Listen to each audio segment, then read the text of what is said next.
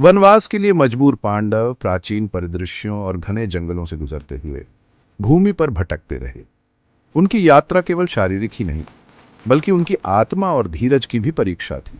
हर मोड़ पर उनका रास्ता खतरों और चुनौतियों से भरा था।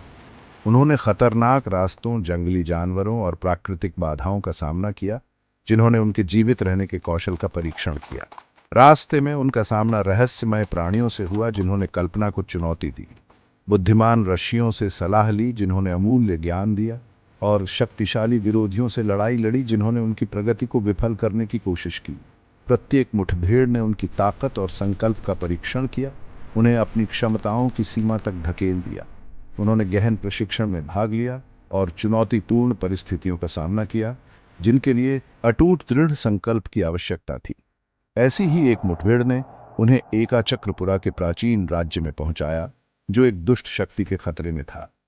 यह शहर बकासुर के अत्याचार के अधीन रहता था, एक भयानक राक्षस जो प्रतिदिन मानव बलि की मांग करता था। नागरिक लगातार भय में रहते थे, उनका जीवन बकासुर के प्रकोप के खतरे से घिरा हुआ था। यहीं पर भीम पांडवों में सबसे बलवान अटूट साहस के साथ आगे बढ़े। वह जानता था कि यह एक ऐसी लड़ाई थी जिसमें न केवल ताकत की, बल्कि एक वीर भावना की भी आवश्यकता थी।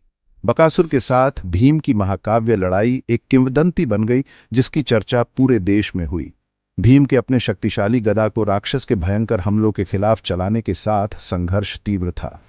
उसकी जीत ने न केवल एकाचक्रपुरा के लोगों को मुक्त किया, बल्कि न्याय और धार्मिकता के प्रति पांडवों की अटूट प्रतिबद्धता को भी उजागर किया। नागरिकों ने अपनी नई मिली स्वतंत्रता का जश्न मनाया, भीम की प्रशंसा की और पांडवों की नायकों के रूप में प्रशंसा की। इस घटना ने एक कठोर अनुस्मारक के रूप में कार्य किया कि वनवास में भी उनका धर्म, उनका कर्तव्य, उनका मार्गदर्शक सिद्धांत बना रहा।